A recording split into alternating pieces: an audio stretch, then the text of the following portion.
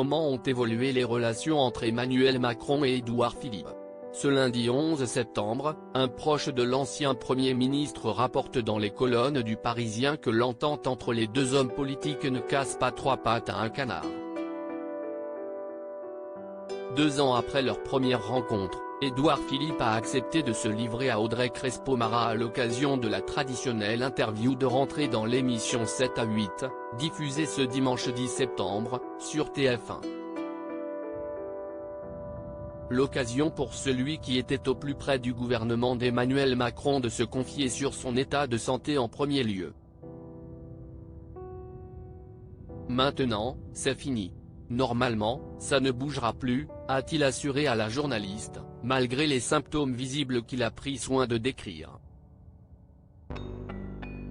Ce n'est pas grave, ça n'a aucune espèce de gravité, a-t-il ajouté. Au cours de cet entretien, le mari d'Édith Chabre est revenu sur son amitié supposée avec Emmanuel Macron et sur cette récente déclaration du chef de l'État, précisant qu'il était ami. Moi, je trouve que, quand vous avez un président de la République et un Premier ministre, leur relation ne se place pas sur le registre de l'amitié, a-t-il fait savoir dans un premier temps. Puis, le maire du Havre a ajouté qu'il passait toujours des bons moments lorsqu'il voyait le mari de Brigitte Macron. Des relations tendues ?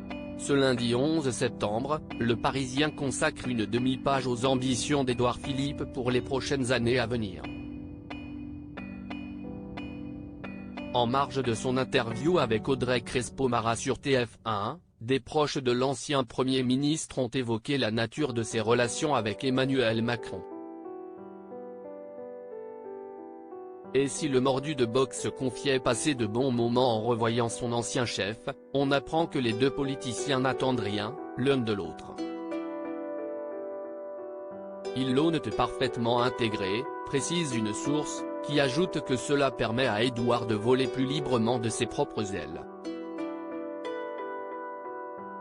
En avril 2021, Édouard Philippe avait tout de même pris la peine d'envoyer un exemplaire de son ouvrage à Emmanuel Macron en guise de présent. Un cadeau que le mari de Brigitte Macron n'aura pas pris la peine de lire, ce dernier ayant simplement jeté un rapide coup d'œil circonspect à la dédicace, avant de tendre l'ouvrage à un collaborateur pour qu'il lui rédige une fiche de lecture. Qu'il n'a ensuite jamais lu, rapporte le Parisien. Celui qui a été remplacé par Jean Castex en 2020 après 3 ans de bons et loyaux services, prendra-t-il la peine de lui envoyer son nouveau livre, Des lieux qui disent, qui sort ce mercredi 13 septembre ?